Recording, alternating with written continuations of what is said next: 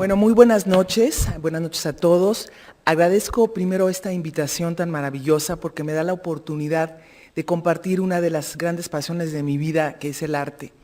Y dentro del arte, la pintura en especial expresa, no nada más la pintura, sino también la escultura, expresa lo que es el ser humano. Esto va más allá de lo que es un ser, un ente biológico. El arte es parte esencial del ser humano dentro de su historia, y por eso es que estoy tan contenta de estar esta noche con ustedes. El niño visto a través del arte. Si nosotros vemos esta escultura, que es una de las más antiguas, estamos hablando de una escultura que viene del siglo I, siglo II después de Cristo, de un original griego del siglo II antes de Cristo. Imagínense la cantidad de años que tiene esta escultura. Se encuentra en el Museo del Louvre. Vemos ya la representación artística, escultórica de un niño con un ganso, de un niño jugando con un ganso. En el pasado, de alguna manera, en lugar de retratos, se hacían esculturas. Entonces ustedes pueden ir a todo lo que es Grecia, Roma, y van a encontrar esculturas maravillosas que eran la representación de las personas que vivían en esa época. Tenemos otra que es un niño estrangulando un ganso. Realmente yo no pienso que el niño está estrangulando al ganso como el título dice, sino más bien pienso que este niño está jugando con el ganso, ¿no? Es una bellísima escultura en mármol que realmente es una copia romana porque la original es griega, también del siglo II antes de Cristo. Y en la historia, ¿qué es lo que sucede? Los romanos copian prácticamente la cultura griega. Cuando conquistan y llegan a Roma, pues ven todo el arte que conocieron, lo llevan a Roma y se empieza de alguna manera a imitar esta maravillosa cultura, porque yo me pongo a pensar en los filósofos griegos, por ejemplo, ¿no?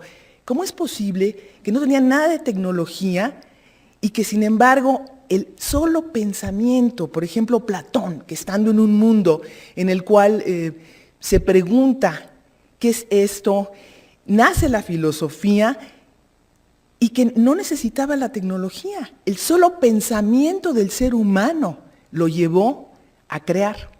Y digamos, son filósofos que todavía nosotros en nuestros días los utilizamos, digamos, en nuestra vida diaria. Niño con pato, que es del siglo III antes de Cristo, está en el Museo Nacional de Atenas. Tenemos este, que es precioso. ¿Y por qué lo pongo en especial? También está en el Museo de Atenas, que es un niño que ven que está cargando ahí a su mascota, pero el niño, a través de la historia, ha sido el mismo. Nosotros los humanos, a través de la historia, somos los mismos. Únicamente nos cambia quizás la tecnología, y lo que nos ha transformado es la cultura. Si no tuviéramos cultura, no estaremos aquí. ¿Y por qué digo esto en esta escultura? Porque precisamente un niño, 2300 años después, también un niño griego, es muy semejante. Es exactamente igual a ese niño que está en ese museo. Exactamente igual. Un niño de la antigüedad y un niño actual. Si vamos a Roma, dentro de la escultura, pues vemos a Rómulo y Remo, que definitivamente es una representación de la infancia y dentro de esta mitología tan maravillosa. Y acá está Nerón cuando era una ternura, ¿sí? Nerón, niño, que lo tenemos en el Museo del Louvre. Y definitivamente Rafael Sanzio hace una representación con niños de las virtudes teológicas. Esto es muy importante desde un punto de vista histórico. Esta es una niña que está en un museo arqueológico. Y aquí voy a hacer hincapié de lo que dice Aristófanes en la obra de Lisístrata, que dice: a los 7 años cargué los vasos sagrados. A los 10 golpeé la cebada para el altar de Atenea.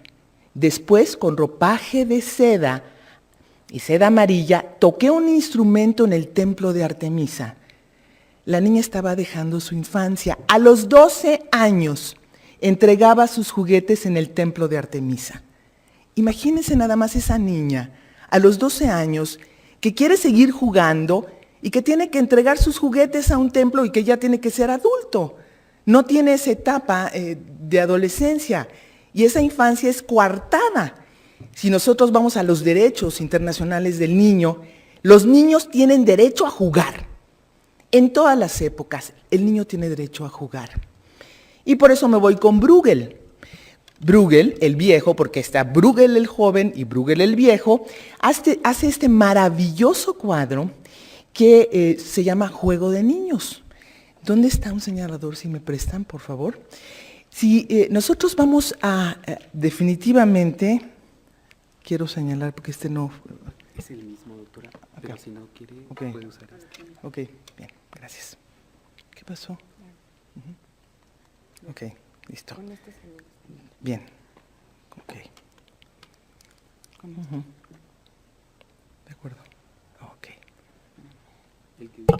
Gracias. Bueno, en este cuadro, ahora sí como el cuento de Mary Poppins, nos vamos a echar un clavado al cuadro y vamos a ir, vean la cantidad de personajes que hay en esta pintura, pero vamos a ir acá, acá. ¿Qué está haciendo este niño en este lugar? ¿Qué está haciendo? Está jugando al trompo. Imagínense la delicadeza de jugar al trompo, un juego que actualmente todavía lo podemos ver, todavía se juega, hay muchos niños jugando el trompo. Claro, hay trompos virtuales, ¿no? Todo se ha convertido en virtual. Y está ahí jugando el trompo. Si vemos también aquí, jugando al caballito, 84 diferentes juegos con más de 250 niños tiene esta preciosa pintura de Bruegel. 250 jugando al caballito, la niña con su muñeca, bellísima. También otros niños jugando en otra época, niños jugando que son ya niños del siglo XVII, es una colección privada. Y nos vamos con Oskar Kokoschka, que si bien esta pintura no se titula que son juegos de niños, pero podemos observar aquí estos niños que están jugando en una rueda. Este es Viena vista desde un ángulo y están ahí nuestros niños. Pero vamos a analizar los niños desde el punto de vista pictórico y vamos a ver los niños de Bartolomé Esteban Murillo. Él toma mucho dentro de su pintura como modelos a muchos niños. Murillo, tenemos a San Juan Bautista Niño en el año de 1665 que es pintado. Quiero que observen bien. Aquí está, doctora. Aquí está el señalador. De acuerdo, acá está, ok. Perfecto, está mucho mejor, gracias. Sí. Observen bien a este niño de Murillo, obsérvenlo. Él pinta muchos niños, niños que no tienen recursos, o sea, niños que están campesinos, sin recursos, niños expulgándose, por ejemplo, aquí que se llama esta pintura.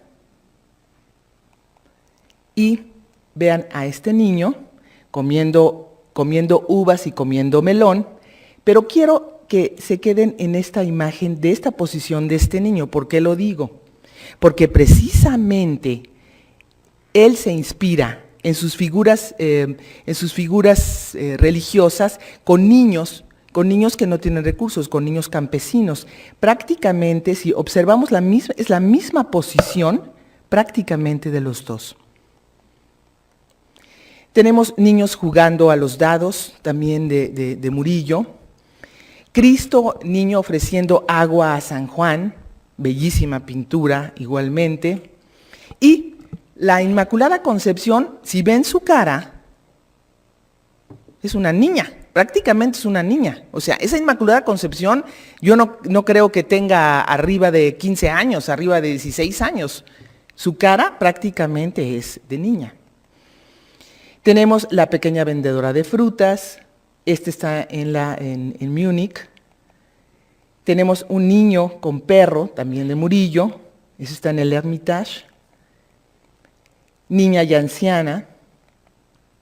Y esta preciosa Sagrada Familia con Juan Niño. Pero lamentablemente en la pintura también, o afortunadamente en la pintura, vamos a ver también representaciones de patologías.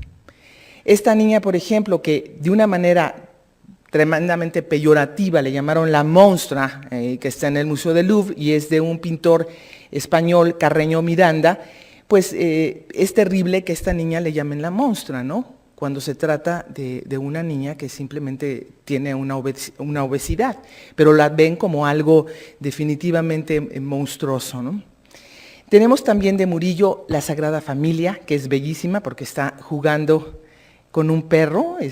Hay pocas representaciones, digamos, del niño Jesús con un perro.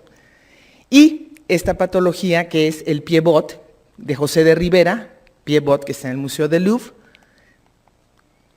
Y nos vamos con Degas, que tanto en pintura como en escultura tiene a esta pequeña bailarina de 14 años.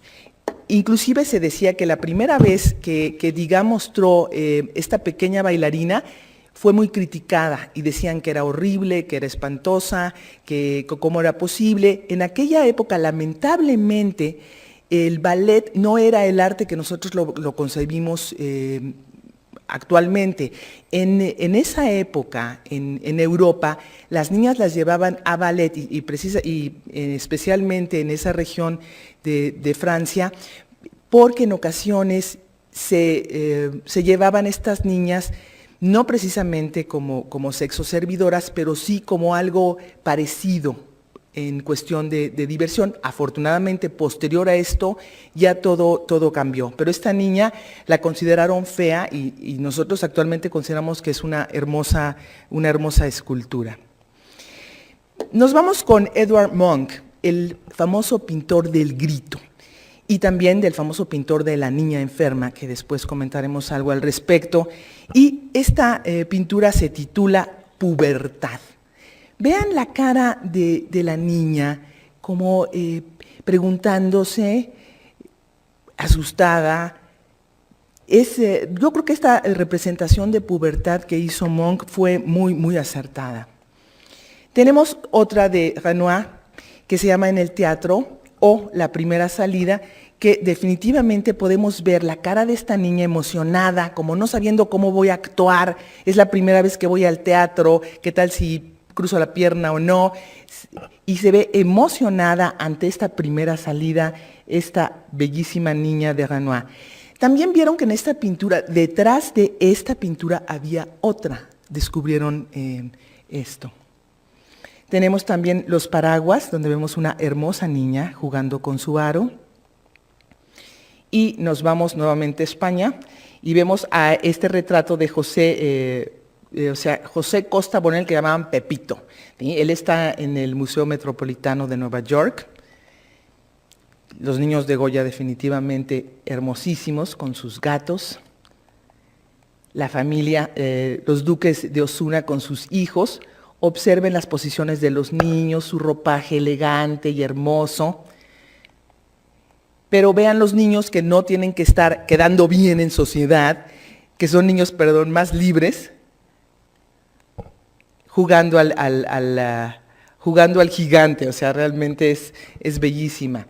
Y nos vamos con la familia de Carlos IV. ¿Por qué es importante esta de Carlos IV? ¿Ustedes han ido al centro y han visto el caballito? Pues precisamente el caballito es Carlos IV. ¿Y por qué médicamente, históricamente es importante también esto? Porque precisamente cuando Carlos IV estaba, gobernando, fue cuando el doctor Balmis vino a América con un grupo de niños para traer la vacuna de la viruela.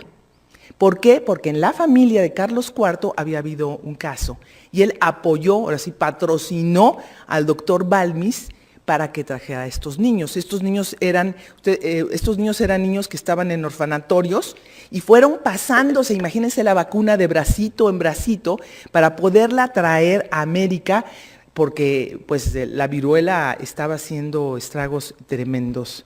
Este es un bellísimo cuadro que está en el Louvre también. Siempre ponen a Carlos IV un poquito atrás de su esposa. Ella era muy dominante, lamentablemente, bueno, lamentaba, afortunadamente, no lo sé, era muy dominante dentro de esto, pero este cuadro es importante desde el punto. Aparte, Goya está acá atrás. Él está atrás, imitando un poco la pintura de las meninas que vamos a ver en lo sucesivo. Él está atrás de este retrato de la familia de Carlos IV. Esta exposición estuvo en México y fueron niños de Goya, que estuvo en San Ildefonso, me pareció bellísima. Vean nada más la expresión de libertad que tiene el niño. No es el niño, no es el niño hijito del rey, ni el niño, digamos, burgués, sino es el niño libre, que está jugando al sube y baja. Y por acá hay otro niño que está llorando. Vemos la comparativa porque él quiere jugar. Esto yo lo retraté directamente. Este es un acercamiento de este niño llorando. Otro retrato de Goya. Vean la diferencia, ¿no? Este totalmente prendido, bien comportado. Y tenemos este retrato retrato de Charles Orant, que es el Delfín de Francia, que fue ordenado por la reina Ana de Bretaña para que su padre, Carlos VIII, lo conociera. ¿Por qué? Porque su papá nunca lo conoció. Ese niño estaba enfermo y murió. Esta es la pintura que pudo ver su padre, porque él estaba fuera, estaba en guerra, y este delfín lamentablemente murió. Pueden ver su palidez, su aspecto no es muy contento, un poquito edematizado, no tiene un aspecto de un niño sano. ¿Y quién es este pintor Jean Hey? Dice, bueno, pues es poco conocido, pero fue conocido más como el maestro de Moulins, que él nació en Francia, y este es un detalle de un tríptico en la catedral de Moulins que podemos observar de este pintor. Otro retrato de Victor Gouy, que está en la National Gallery, y lo gracioso es que cómo toman temas los pintores semejantes, y en todos los tiempos es algo semejante. Por ejemplo, aquí vemos un Picasso que tiene a esta niña Maya con su muñeca, y por otro lado tenemos a Rousseau, que también tiene una niña con su muñeca. John Singer Sargent es un pintor nacido en Florencia, Italia, pero realmente se fue a Estados Unidos y es considerado norteamericano. Pinta muchos niños igualmente, John Singer Sargent. Pero nos vamos a ir con las meninas, ¿sí? Las famosas meninas que seguramente ustedes ya muchas veces las han visto. Pero, en primer lugar, meninas quiere decir dama de compañía. Casi siempre viene a la memoria, bueno, la primera vez que hace algún tiempo que decíamos meninas, te imaginas a las reinas, ¿no? Te imaginas que es la infanta Margarita. No, las meninas son las damas de compañía, no la infanta Margarita. Pero vamos a hacer un estudio de este cuadro. Bueno, ¿a quién está viendo el pintor? Aquí está Velázquez. ¿A quién está viendo? Está viendo a las niñas que está pintando. ¿Él en qué posición tendría que estar? Tendría que estar como ustedes están sentados, ¿no? Pero él, ¿a quién está viendo? ¿Nos está viendo como que nos está viendo a nosotros o está viendo a las personas que están reflejadas en este espejo? ¿Quiénes son? Pues para esto vamos a señalar que tenemos primero a Diego Velázquez con la Santa Cruz de Caballero de Santiago, que esta fue pintada posteriormente, no antes, porque él mismo no se la pudo haber pintado. Tenemos también a la menina María Agustina Sarmiento, que está ofreciendo una bandeja. Y aquí, ¿por qué es importante también? Decían que en la bandeja tenía medicamento para dolores menstruales, porque la infanta Margarita tuvo una pubertad precoz. Y precisamente lo que le ofrecían aquí era algo para calmar sus dolencias de dolores premenstruales a una pequeña niña con trastornos menstruales. Vemos a la infanta Margarita, que tiene 6 años, se me hace demasiado temprano como para que tuviera esto. Yo creo que realmente esto fue posterior que hicieron el análisis, pero decían esto, se dice que estas vasijas donde se tenía, que está ofreciendo esta menina, es precisamente esto. Tenemos a la enana Maribárbola, es una enana, prácticamente. En aquella época les llamaba mucho la atención tener personas, digamos, como enanos o personas un poquito diferentes en el sentido que no fuera lo habitual, y para ellos les agradaba tenerlos en su reino, o sea, en su palacio. Y tenemos también, por otro lado, a otro enano, que es el Nicolasillo Pertusano, que él realmente está jugando con el perrito, que es bellísimo aquí, y definitivamente en el espejo están los reyes Felipe IV y Mariana de Austria. Vemos también aquí a Marcela Ulloa, guardia menor de digamos, de damas, junto con el caballero, que es también sirviente de la corte. Y al final tenemos a José, es un acercamiento. Al final tenemos a José Nieto, que es el aposentador de la corte, que lo tenemos acá. Se dice que esta cruz no la tenía él porque solamente a personas muy distinguidas o que tenían grandes logros se les daba, y que se dice que fue pintado posterior a la muerte de Velázquez esta cruz. Un acercamiento de las famosas meninas, podemos ver perfectamente aquí al pintor, el reflejo en el espejo de los reyes, las propiamente meninas, que son estas dos, y la infanta Margarita, el perro que dan ganas de veras de darle palmaditas, así como que si se está durmiendo, y la enana y el enano. Pero también tenemos otros cuadros como el infante Felipe Próspero, que también estaba enfermo. Este niño tiene en su ropaje algunos amuletos para mejorar su salud. Entre ellos tiene un corazón de ámbar ruso, que esto lo tomaban también como una cosa positiva, que se llevaban, digamos, algún ciertas enfermedades o que neutralizaba, pero es otro niño que también estuvo enfermo. Tenemos aquí a esta infanta Margarita en 1654, está en el Museo de Historia y Arte de Viena. Margarita, hija de Felipe IV y su segunda esposa Mariana, ya nació el 12 de julio de 1651. Aquí tenía 3 años de edad.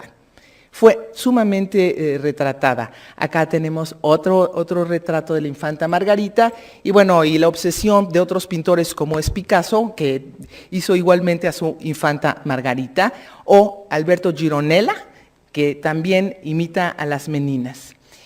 El retrato de la infanta Margarita también en 1660, o sea, nuevamente, acá está, pero esta que pensaban que era de Velázquez, realmente el pintor no es Velázquez, sino es Juan Bautista Martínez del Mazo, que era el yerno de Velázquez y alumno de Velázquez. Mucho tiempo se le atribuyó esta pintura a Velázquez, pero se dice que fue realmente de Juan Bautista Martínez y que hay todavía cierta duda. Pero aquí pongo a la infanta Margarita de Austria porque llama la atención algo. Si se dan cuenta, vivió nada más 22 años, 23 años. Y fue prometida, en este momento, cuando hicieron esta pintura, era la prometida del emperador Leopoldo de Austria. Y contrae nupcias en 1666. Entonces, la niña era muy joven. Si nació en 1651, en 1666, pues ¿qué edad tenía? O sea, era una adolescente prácticamente, ¿no? Casi niña. Muere muy joven.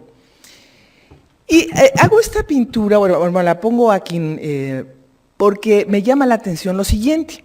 Velázquez pone aquí al príncipe Baltasar Carlos a caballo. ¿Por qué en aquella época, así como actualmente hay publicidad para hacer campañas políticas y todo, en aquella época la pintura, aparte de ser un arte maravilloso, hacía las veces de esta publicidad? ¿Por qué? Porque el estar a caballo, un niño a esta edad no podía, digamos, no podía tener este dominio del caballo, pero sí es un símbolo de dominio, de que yo soy poder, de que yo voy a ser el rey. Es un signo que está mandando un mensaje prácticamente que quién va a ser este personaje. O sea, ya desde niño se están perfilando para ser reyes, para gobernar, para ser definitivamente dominar. Y esto es un ejemplo de ello, esa posición del caballo de dominación, de que yo voy a ser el rey. Es muy interesante cómo en aquella época se manejaba esto. Igualmente aquí, el mismo principio Baltasar con imagen de casa. La casa simbolizaba también la guerra. Entonces era como una advertencia, ¿no? Nosotros tenemos aquí cañones y, bueno, no cañones, sino era un mensaje de decir que podía existir esta, digamos, amenaza. En esa época en que Velázquez pinta, España estaba maravillosamente bien, o sea, dominaba prácticamente casi, o sea, todo Europa, ¿no? Estaba conquistando, o sea, no nada más Europa. Entonces, estos eran mensajes, de alguna manera, así como actualmente, ¿no? Nosotros estamos viendo hay campañas publicitarias importantes, pero no precisamente eso, era el mensaje de una manera muy fina, muy elegante, quién era quién en ese momento. Un pequeño cambio, nos vamos a dormir sobre una niña interrumpida en su lección de música y Picasso con una paloma. Ven como al principio los escultores romanos y griegos tomaban las aves como para ejemplificar al niño, más bien para retratarlo, y tomaban como parte de arte. Picasso también lo hace. Y no nada más Picasso, tenemos también aquí otros autores que también toman a un niño con paloma, o el propio Rubens, que pone a un niño con pájaro. Es curioso. Rubens también pinta hermosos niños, aunque no tantos como otros pintores, pero sí vemos estos bellos ejemplares. Delacroix pone a una pequeña huérfana en el cementerio. Esa cara de soledad, de qué va a pasar conmigo, de tristeza, la pinta Delacroix. Y el niño enfermo, ¿no? Ustedes conocen perfectamente este famosísimo cuadro de Metsu que se llama El niño enfermo, que muchas veces ha estado en muchos libros de pediatría, pero no nada más esa misma imagen está, sino tenemos esta, que es muy semejante en la posición del niño de Metsu, pero forma parte de esta pintura en la cual es la sala de espera del doctor. Quiero que vean aquí estos detalles. Acá está el doctor platicando con la mamá de este adolescente. ¿Qué se imaginan que pudiera estar diciendo esa mamá? Más bien, ¿qué le está diciendo el doctor a la mamá del adolescente? ¿Se imaginan? Se supone que en esta pintura se está viendo que el médico le está diciendo a la mamá del adolescente que el niño ha contraído una probable enfermedad venérea. Entonces es algo que asusta, pero se ve toda la sala del médico en el cual en el pasado, recuerda, no había pediatras. O sea, todos los médicos eran médicos generales y veían niños, adultos, ancianos, geriatras, le hacían a todo. Yo recuerdo mis padres todavía tenían médicos de cabecera, ¿no? Que veían desde todo. Acá está una persona más grande, pero es interesante ver esta posición del niño enfermo, que lo vemos. Otro niño enfermo tan famoso, que es el de Edvard Munch. Edvard Munch, el del grito, que esta es prácticamente su hermana Sophie. Su hermana Sophie, que muere a los 15 años, cuando él tenía 14 años. Y para él fue tan angustiante que cada 10 años pintaba una versión del niño enfermo. Porque no había sido tan terrible para él ver a su hermana. Primero muere su mamá de tuberculosis cuando él tenía 7 años. Posteriormente su hermana, Sophie, muere a los 15 años cuando él tenía 14. O sea, vivió una vida terrible.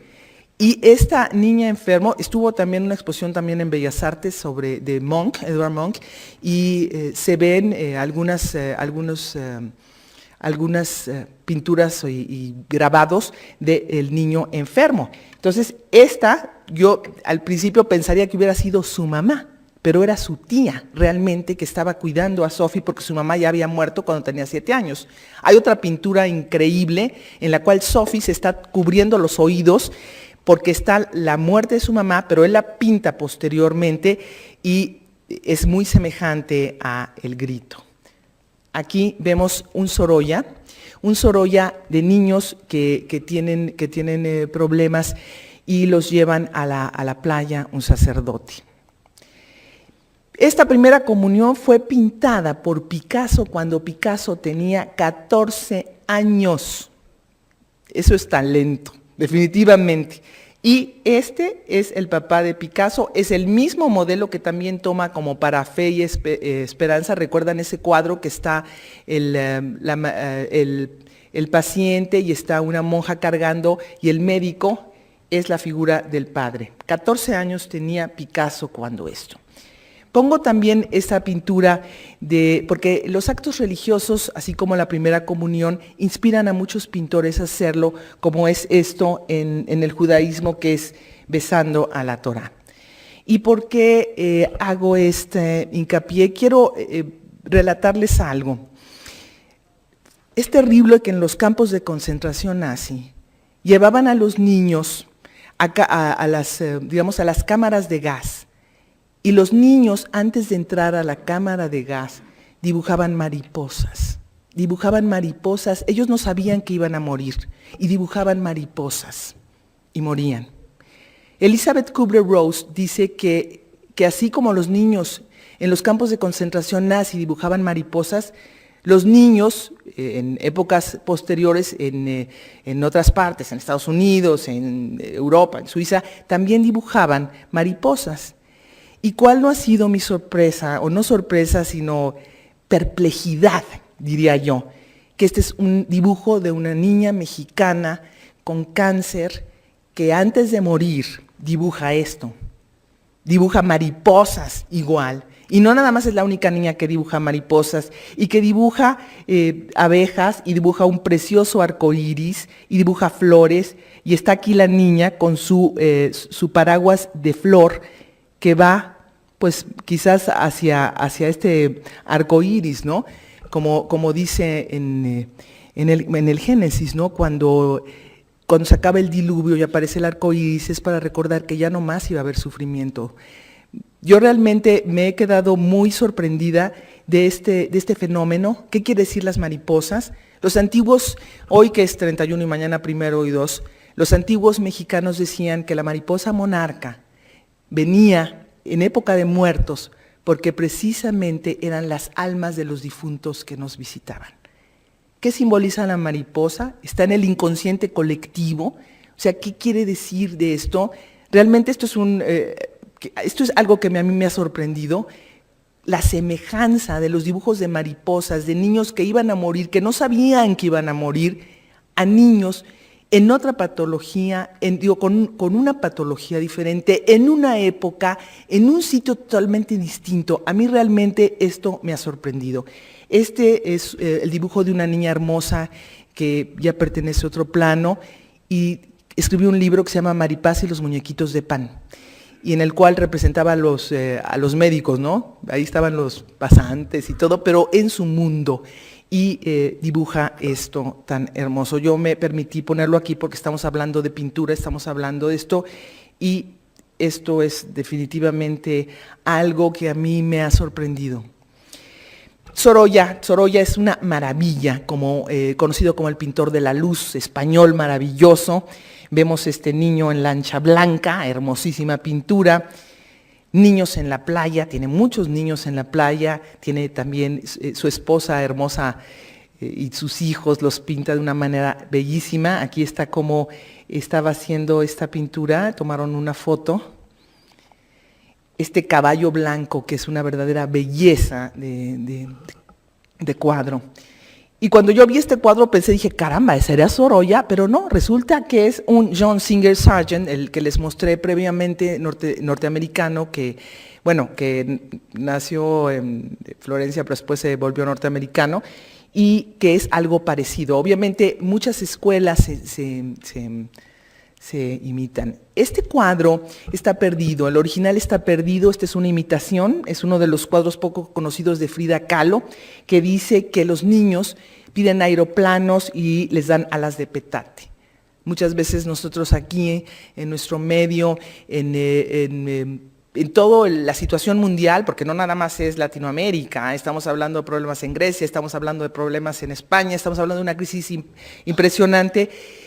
Muchas veces los niños sí desean algo más, y yo creo que nosotros tenemos un compromiso como adultos y tenemos un compromiso como personas estudiosas de dar un futuro, que no nada más somos responsables de nosotros y de nuestros niños actuales, sino somos responsables de generaciones futuras. Si nosotros no estamos conscientes de que somos responsables de futuras generaciones, no vamos a avanzar en este planeta. Esta es una bellísima pintura de John William Waterhouse, que es un niño enfermo llevado al templo de Esculapio. Recuerden que Esculapio era el dios de la medicina y se llevaba a los templos a los niños o a las personas para buscar la sanación. Hablando de esto, en muchas ocasiones nosotros llegamos o se ven los pacientes en muchos hospitales del mundo y se le ve como el paciente, ¿no? O como el número, o como la patología, ¿no?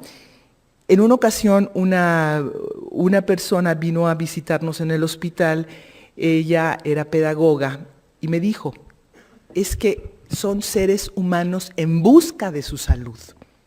Y muchas veces nosotros no nos percatamos de eso, que son seres humanos en busca de su salud y tienen que tener esa calidez humana desde el momento que tienen contacto con la primera persona que las atiende para recibir su carnet. Con nosotros como médicos no podemos estar ahí en un pedestal, sino son seres humanos en busca de su salud, son seres humanos que nosotros no debemos de olvidar de eso. Lamentablemente, ha habido mucha pérdida de esto. Otro cuadro ya de Emile Nolde, es algo más contemporáneo, también un niño con un pájaro, pero definitivamente contemporáneo, La niña muerta y la niña viva de David Alfaro Siqueiros, un cuadro también poco conocido.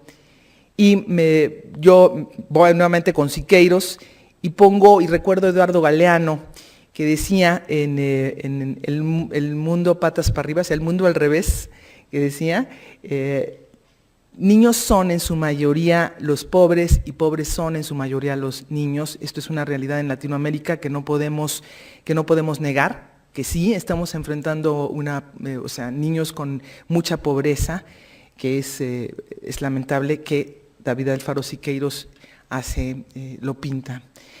Esto nada más es un hambre de paz, es un hambre de humanidad, es un hambre de amor, es un grito que David Alfaro Siqueiros pinta en este niño. Esto está en el museo esto está en Nueva York, no está en México, pero es una pintura que realmente a mí me impacta.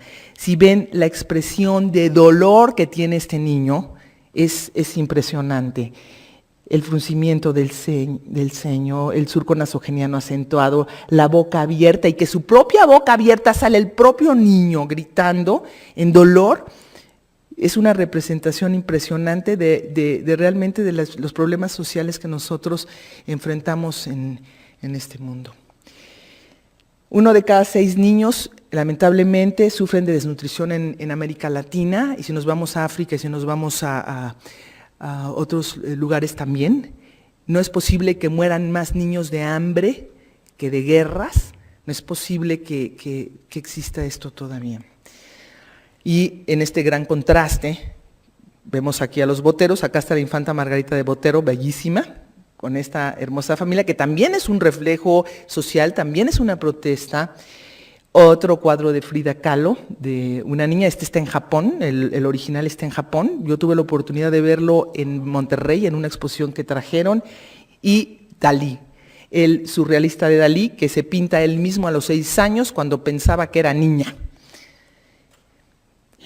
Esta bellísima detalle del mural de Diego Rivera que está en La Raza. Esta bebé de Van Gogh y nuevamente Sorolla con mamá y bebé. Las manos del hermoso Oskar Kokoschka y Otto Dix. Y finalmente han puesto una escultura de este niño que fue el primer caso de influenza. Entonces, él muy orgulloso posa junto a la escultura que pusieron en su lugar natal para mostrar que él fue el primer caso de influenza. Diego Rivera definitivamente tiene unos niños preciosos. Tendríamos que tener toda una sesión para niños mexicanos, este es de Siqueiros, y recordar que el 20 de noviembre se celebra en todo el mundo el Día Universal de la Infancia. Y curiosamente también el 20 de noviembre es el aniversario de la Revolución Mexicana. ¿Sí? Recuerden que en el pasado no existía el concepto de infancia. Y finalmente decir que Delacroix también pintó a un niño, definitivamente es un adolescente. La libertad guiando, y dentro de esta libertad, un adolescente en transformación está en esta pintura. Y esta bellísima y extraordinaria y maravillosa pintura de Moses Sterbock, que es su autorretrato, es su autorretrato cuando era niño. ¿Sí? Imagínense la capacidad de este niño, él está en el museo, está en Ámsterdam, y estamos hablando de una época de 1645 a 1667. Pues yo espero que no nos olvidemos del arte, que no nos olvidemos del humanismo, y que continuemos en este compromiso por nuestra generación y por las futuras generaciones. Muchas gracias.